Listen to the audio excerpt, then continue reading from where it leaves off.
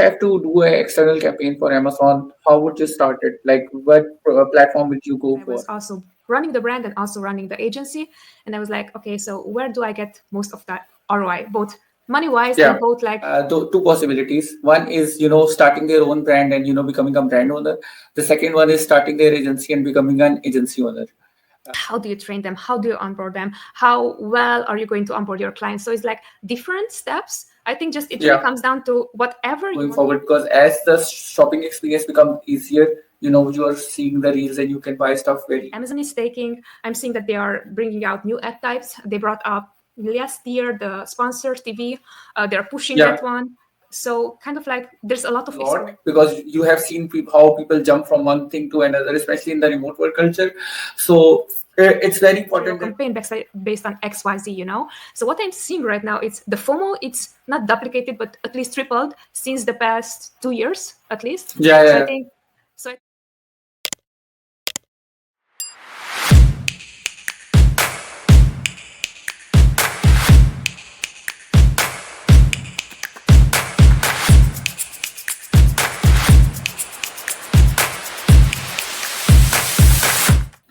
Hi, Noemi. How are you? Hello, hello. Thank you so much for having me on the show. I'm doing amazing as usual. How about you? I'm doing great as well. Thank you so much for teaching me the pronunciation of your name. So Same that here. was a good Here. start. That was a good Same start. here. So, so Noemi, the first question I want to ask you is that usually when you used to do the podcast, how would you start out the podcast? How would you start it? Yeah. Sure. So I like to be super, super strategic. So all the information that I can have on my guest, I would have it. And then usually what I would do is if there's a specific topic that I'm really interested on, I would just like ask them about that topic, even if they gave the same topic on other podcasts as well. Because, you know, most of the time is you think that you want to push the information that you want to push on like this is the topic, this is how we're doing things, but there are a lot of questions. And actually, because you were asking right before we hit recording on me like being a podcast host, and that Yep. actually started from the curiosity of, man, I'm asking the questions that so many people are just afraid to ask because they are Yeah. afraid to look stupid, dumb, whatever, you know. And for me it's like, yes, like I rather ask than pay afterwards, you know. So that's kind of like where it's starting, you know, curiosity basically. Yeah, that makes sense as well. And also, asking the question, and I think podcast in a way is the new, form of, generating education as well. Hmm. So that's very important, because previously I used to just read books on any topic that I like. Now what I do is I try to search out a podcast, or try to find a person, and if he has a podcast, I would just listen to it. So Hmm. that's the new kind of search of information that is going on. And previously, like in 2024, what I find out was, what people are doing is on TikTok, they are searching for the topics that they have no idea about, and then they're just watching a 30-second video and then understanding about the topic. So that's a pretty interesting thing that we are in. Like right now, people would see a 30-second reel and understand a subject, very complex subject, and you can understand it very fast. Definitely. And I think just to like complement what you were saying, totally agree with what you were saying. I believe also that is going to give you a different experience. I'm not sure about like how do you consume podcasts? Do you prefer videos? Do you prefer audio? What I noticed is that especially with audio podcasts that I'm just listening to, I feel way, way closer to someone who's like talking to me, and I'm going to trust them way more. So if it comes down to just the sheer fact of gaining more trust by being in someone's ear, you know, that's like again huge golden nugget there. Yeah, that makes sense as well. So, Noemi, tell me that you are one of those people who have made the jump from Amazon's brand owner to Amazon agency owner. So, Mhm. how's that shift going on, and how do you feel about that right now? Sure thing. So giving you a short background, um, I basically started 5 years ago learning about Amazon. It was like, okay, 9 to 5 job, you know, like what is next for me? Because I was a music producer before, and I was like, okay, where Oh, does my life goes? Yeah. So for 15 years, I switched industries totally, you know. Um, And it was like, okay, what is next for me? And then I was just like, I think as you were saying, searching on YouTube, and one video was like, oh, okay, how about selling on Amazon, you know? And I got documented on Amazon. I bought also some course, which right now I not necessarily would recommend to buy it, but it was just the great Yeah, stepping stone for me, you know, to understand yeah. like what's all about Amazon and so on.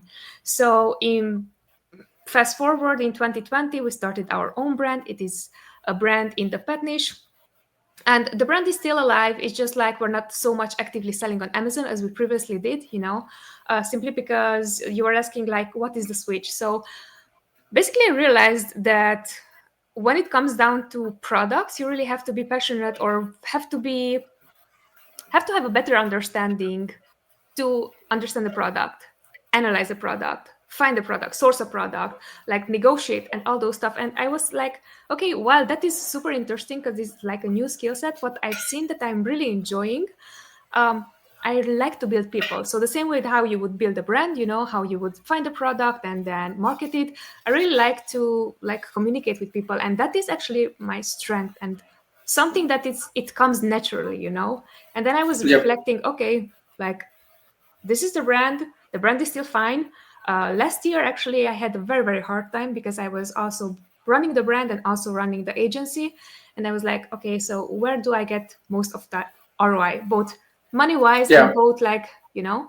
And then I realized, okay, let's go full force with the agency, and then let's continue my Oh, passion in nice.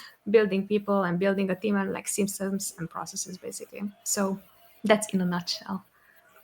Yeah, that makes a lot of sense as well, because this year, we are trying to launch three products, and just for three products, we have 50 samples that we need to, go down from. So yeah, we did this just today, that, we actually shortlisted 50 samples, and then, from them we are going to test the quality, and, we did a voting on, which one looks better, which one would, get more. So yeah, that's true, that and now you cannot just sell any product on Amazon. You actually have to create a product, or actually get it manufactured, or get a better version of it manufactured, and to see any sales. You can actually sell on Amazon, but obviously if you want to make some profit, you have to be very careful around this. And so yeah, Yeah. that actually makes a lot of sense as well. And agency business is a pretty good business as well. It is a very rewarding business as well.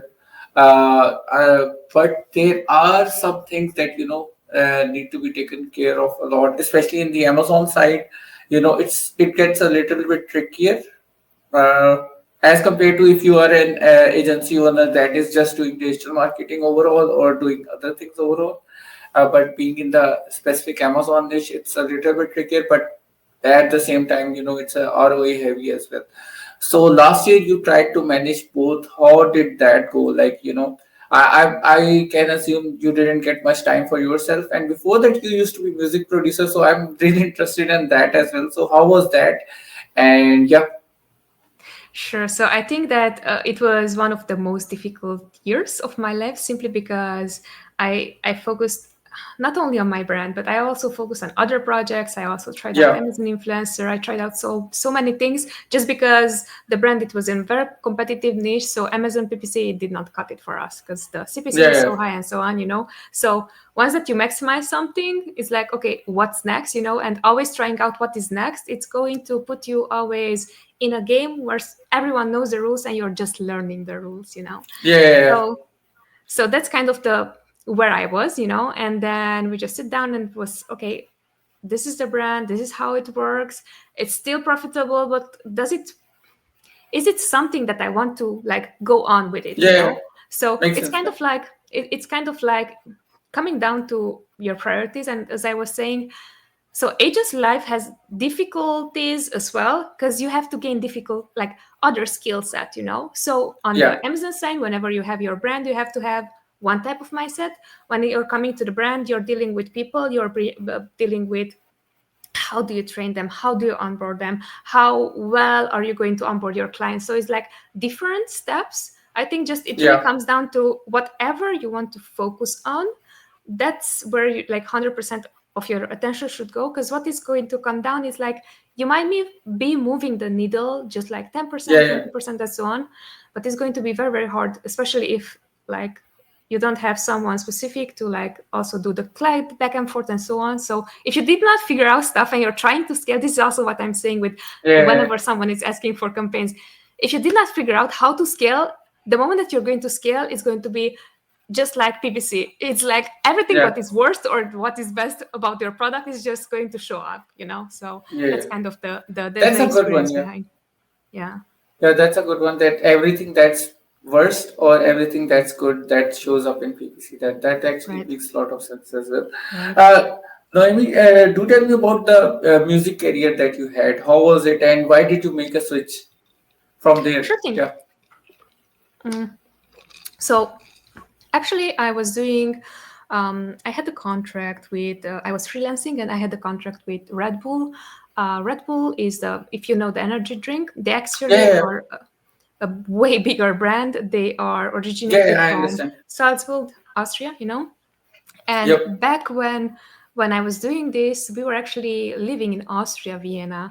And then it was just a great opportunity for me. Okay, like this is the passion. For 12 years, I was in a music high school.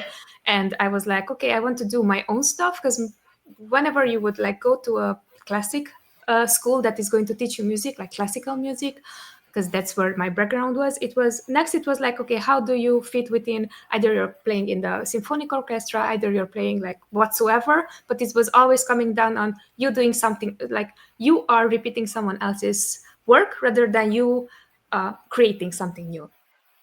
And I was makes always sense. passionate about creating something new, inventing, improvising. You know, that was my, like, the needle, what moved the needle for me, like Yeah, repeating someone else's stuff. I just like, I was not good at it. You know, you have to have yeah, yeah. skill to be good at that. You have to have skill at being creative, you know. And I was like, I'm not good at it. Like, why should I do that, you know? But very long story short, when it comes down to that topic, actually, I started as freelancer, and then I was working for Red Bull, and then I was just like at the point of my life on, okay, what is next for me? Because music industry is very, very tough. And very tough, by that what I mean is you have to be super talented, you have to know people, you have to network, you have to, Yep. it's more than just like you being good at something, you know. And what I realized actually is that I might be really good at music, but I don't have the special thing that is like the next Ed Sheeran or something like that, you know. And I think that that comes down also to being very self-aware of what do you have and where do you want to be, you know. And I was like, okay, next 10 years of my life, do I want to stay here? Do I want to like be that like struggling musician? I mean, yeah, we were making money on that end, but it's like, you know, having a business is like, if you know how to do something, it's way easier to scale, you know. But then Yeah, back yeah, then it I was like understand. marketing and so on. So that's how I transitioned. Actually, it's to be super honest, and I think this is the very first podcast where I'm sharing this. I just Googled what makes the most money. Marketing.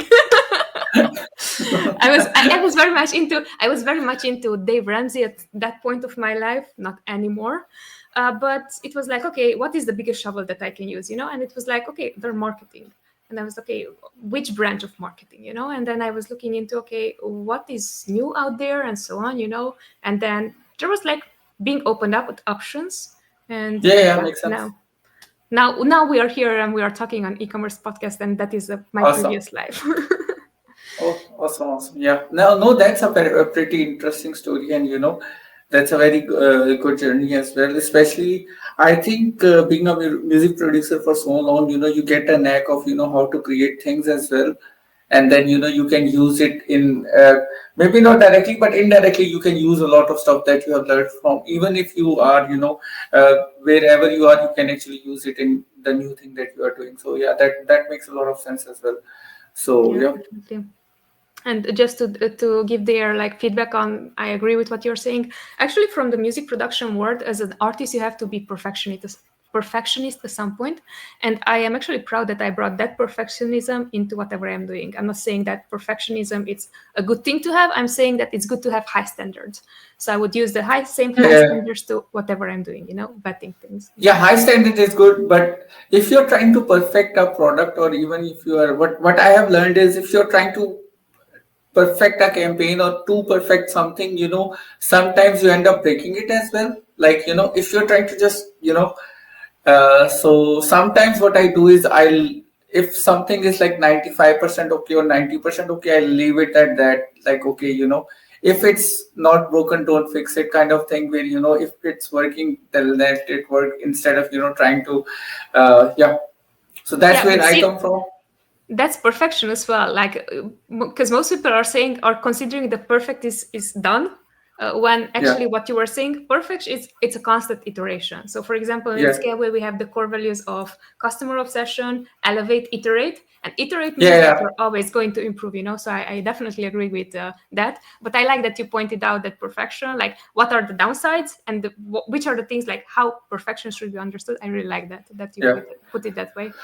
Noemi, now that you have mentioned it, that I was also reading it as well. The core values of your company, and those Mhm. actually hit me hard as well. That, how did you guys come up with it, and how's the scale wave going forward? How's that coming up? Yeah. Yeah, like with everything in life, you suck at it first. We had 7 core values. And then those 7 core values, it's like I look stupid whenever like I'm interviewing someone like, do you want to apply to us? Yeah, and these are the core values, and I have to look at the paper and like recite them to you.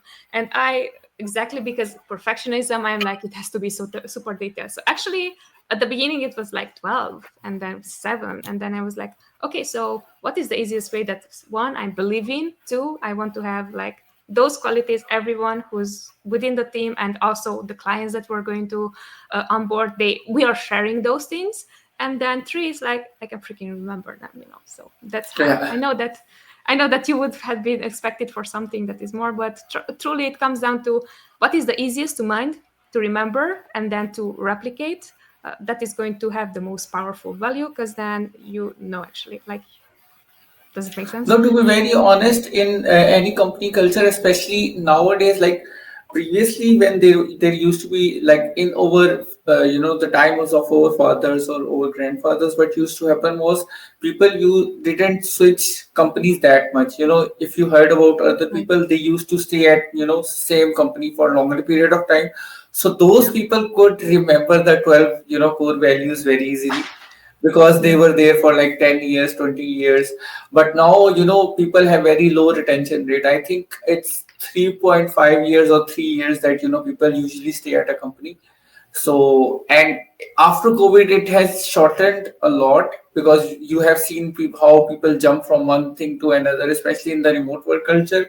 So, it's very important that we create core values in a way that are easy to remember as well, so that people can remember it, and it's also easily integrated into real lives as well. Because I have seen some core values that are like in some people like to write them in old English, or there is this Shakespearean English where you cannot even pronounce the word, and you are like, if I can't even pronounce it, I'm not going to remember it anyway. So Yeah. yeah. Yeah, exactly. And like something on that topic as well, what I'm seeing so far is that if it's not if you don't believe, but what I'm seeing, something that I learned last year and hit very, very hard, is that it's one thing that you're going to ask someone else to do something, and it's other thing you're going to have other influence on someone else whenever you are going to exemplify and you're Yeah. going to explain and you're going to define. So explaining 3 things, and then how do we develop those 3 things and what do they mean, and like at each stage, at each point, at each question, at each whatever, that's where it fits in. I think it's very, very important also for creating a culture, because so many people are talking about the culture and so on. And honestly, I was super frustrated. I'm sure about you. How were you in this topic? But it's like, I want to create a culture and I want to create core values, and it's like, yeah, that's not going to work. So until I don't become the core values, employees are not going to replicate first, and second, Yep.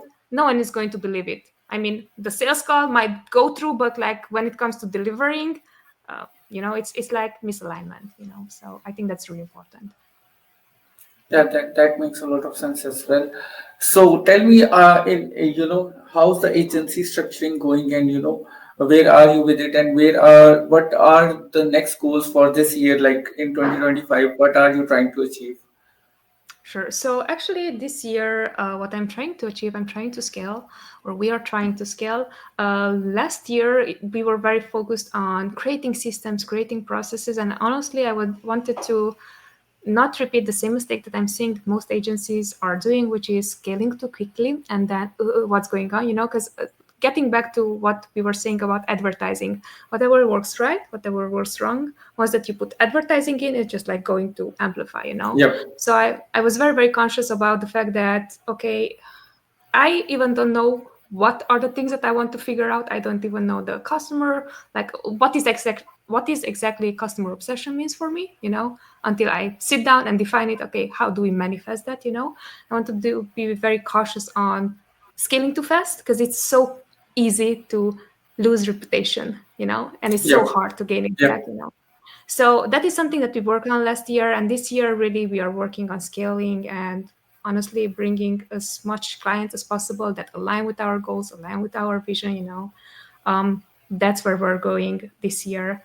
And second thing that we're going this year, I think I am going to be way more conscious about what I was just explaining on modeling whatever it's asked from our employees, from whoever you're working with, freelancers, or you're working with clients, and trying to model that. So it's going to be easier also on their end to see that actually Noemi is not just asking for this thing, Noemi is replicating this. Yeah. So skills, training, and so on. Kind of like in between of scaling and also training, because I feel that Yeah. that's my next like brand versus agency, because it's Yeah. like Yeah. two different skills that if you don't know if you're going to fix it on one of those, you're going to lose the other one. So kind of like being super honest with you, I'm just like trying to figure out Yeah. that step because then I can replicate it. That's where Yeah. we're at. That makes a lot of sense. And what you said is really important, that, trying to find customers that in line with your values as well, because that's the most important part. I have been like last year, what has happened to me is that I have found so many customers that were not in line with my vision, that over agency's vision is, and I had to let them go. And I actually got scolded by, some of my friends as well, that, why have you let them go? That could have been a good increase in revenue and stuff, even if they were for, shorter term. You could have, enjoyed it for shorter term at least. I was like, no, because once the reputation is gone, it's not gonna come back. Even if I can, explain it, or if I can, do that, that is not going to, reverse the reputation that I lose. So instead of that, I'm just not gonna sign them early on. So yeah, Right. I love that you shared that's that. And thank you so much for the transparency. It's funny, like the first thing that comes to mind is like, okay, once that you get one bad review, you need five positive reviews. So it's going to flow yeah, back, like on the products. yeah, Exactly the same thing. It's even worse when it comes down to reputation, because you can mimic stuff when it comes down to the algorithm. You can ask friends and family and so on. But reputation, you really have to know exactly how to do your stuff. So I appreciate that what you were saying. I believe though, it's a very common mistake, especially in our industry, because we don't know like when we are good enough, when can we scale, when like all those stuff. And full disclosure also, like last year for us, it was like we had a lot of clients who weren't aligning with our goals, and we weren't yeah, aligning, like not necessarily our goals, but you know what I mean. And I think that it's also a stage in the agency's life to understand who's a good fit for you. yeah. Love it. That makes sense as well. So yeah, that's where I am at with the, agency stuff and things like that. But Noemi, do tell me, like, after learning Amazon, and since you have been practicing so much, what are the new things that you are seeing that might come in 2025? New things coming. So something that I'm noticing, this is like can be like this can go in very many directions. Let me see, like new things. You mean Amazon bringing out new tools or new things like Yep, new trends? Okay. yep, What I'm seeing, Amazon is really focused on bringing out a lot. Amazon is experimenting a lot, I believe. About some experiments they are telling you, about others not. yeah, Um, and I feel that right now we are in the stage of drastic growth because they're also experimented with AI, also experimenting like how to bring something that they don't know about. Because keep in mind, like Amazon is still brilliant, but AI and Amazon, they're not like, you know what I mean, even like Rufus, how it's working so far, they're going to roll it out for you, but even they just like are trying to figure out what works, what Yep. doesn't, you know. AI generated images, even now they are trying to figure out, okay, what works, what doesn't. What I see is that something specific to them, like something that we can expect on a long term, is that they're going to bring out a lot of tools that you might not need. So one important thing that I would like to, like, all our listeners to just focus on, it's going to be a lot of FOMO. It's going to be a lot of new posts about this is what the report does. This is what you should be doing. This is what you should be focusing. This is how you should structure your campaign based on XYZ, you know? So what I'm seeing right now is the FOMO, it's not duplicated, but at least tripled since the past 2 years, at least. Yeah, So I yeah, think so I think that that is the one thing that we should be focusing on, because attention is the most important and asset that we have, and also the asset that we cannot get back, because it's time, you know. So yep, rather than focusing on whatever is new, I would say focus on whatever already works for you. And if it's something that is new that you already know how to integrate or where to integrate it, figure it out. Unless that is the case, just put it out on a list that is like, okay, watch this later. And if it's not yep, important, in 2 weeks you're not going to watch it. So that's kind of the direction that I'm seeing Amazon is taking. I'm seeing that they are bringing out new ad types. They brought up last year the sponsored TV. They're pushing yeah. that one. So kind of like there's a lot of experimentation, like as I was saying, 3x experimentation. So that's pro, you know, because it's good, because it's developing. And the huge cons, it's like fear of missing out. Is like people are like, not only people are like that, but also I see that most brand owners are going to ask agencies to implement something for them, which actually it's not going to work, you know. So you have to stay very, very strong on Yeah. why you're doing something and why you're not doing something, you know. So I think that is what I'm seeing right now. How about you? I'm curious also on your end.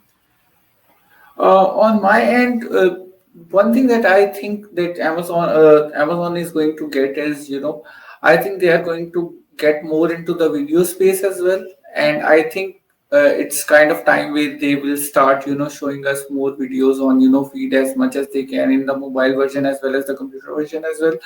So that's where I think it is going, but I am still confused on how they will compete with the TikTok shop, because TikTok shop has grown exponentially, but at the same time, it's kind of a place where it's banned, it's not banned, and stuff like that. That's going on right now in the US. But in other marketplaces, because uh, there is a thing known as social e-commerce or social commerce, where people are able to, Yep. yeah, the so that's where I am confused, where how Amazon is going to catch up with that, because that is going to be very different. And that I think is something that is going to be more prominent in 2027, 2026, going forward, because as the shopping experience becomes easier, you are seeing the reels and you can buy stuff very easy. So that kind of thing, it's where my head is at. Obviously, with the ban of TikTok, a lot of pressure, a lot of customers gonna come back into Amazon, and we are going to see a little bit better growth there as well. But at the same time, I think future is where video and short form content that can grab customers attention. So yeah. Yeah. Yeah, I also believe in that. And right now, I like to build up on what you were saying. I think also they would have to figure out a strategy on their end, because what I always loved about the Amazon is being very bold and doing things that are not typical to Amazon. And here, what I feel is that it's not anymore customer obsession; it's competitor obsession, you know. And that's something Yeah. that is very, very dangerous, because that's their actually the mere core value, you know. So yeah. Yeah, yeah, yeah. That actually makes a lot of sense as well. So, Amy, if you have to do an external campaign for Amazon, how would you start it? Like, what platform would you go for? External. Hmm.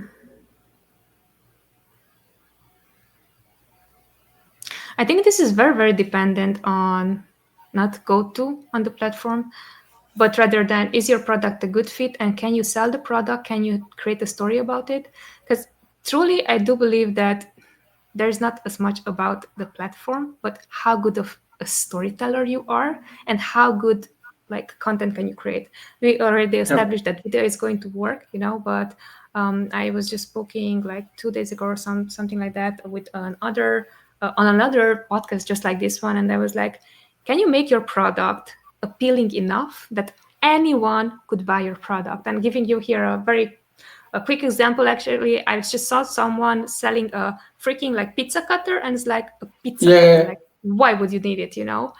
And they kind of like made a really nice story about it. Okay, they were in the grandma's kitchen and like how they remembered from the smell, and it was a pizza cutter, like nothing related to it. Giving another example, yeah, just before hopping on the call, it was this brand who had this like helping ladies to get off to remove the dead skin from their feet.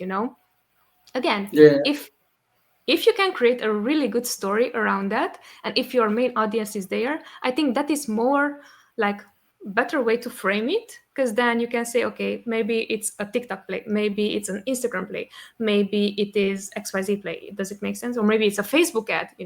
So I think it's like first of understanding the product, how to storytell whatever you're selling, and then based on the platform that you're most familiar with, just like go on, gather information, see how it works, and if that information doesn't work that you expected, maybe consider something else.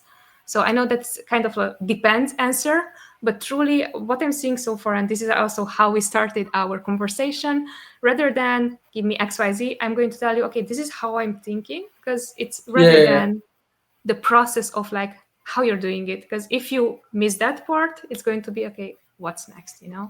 So yeah, yeah. that's kind of the Makes holistic sense. way. Because nowadays you can grab attention by stories, and I think stories only before you could easily run a formal ad and people would still watch it. Like Hmm. in 2010s or 2015s, even before COVID, you if an okay ad came on, you would watch it even if you thought it was silly. But now the ads are very specific and very personal. Have you noticed that? Now everything Definitely. is very personal now. Definitely. So yeah, Yeah. because I think humans need to relate more to everything now.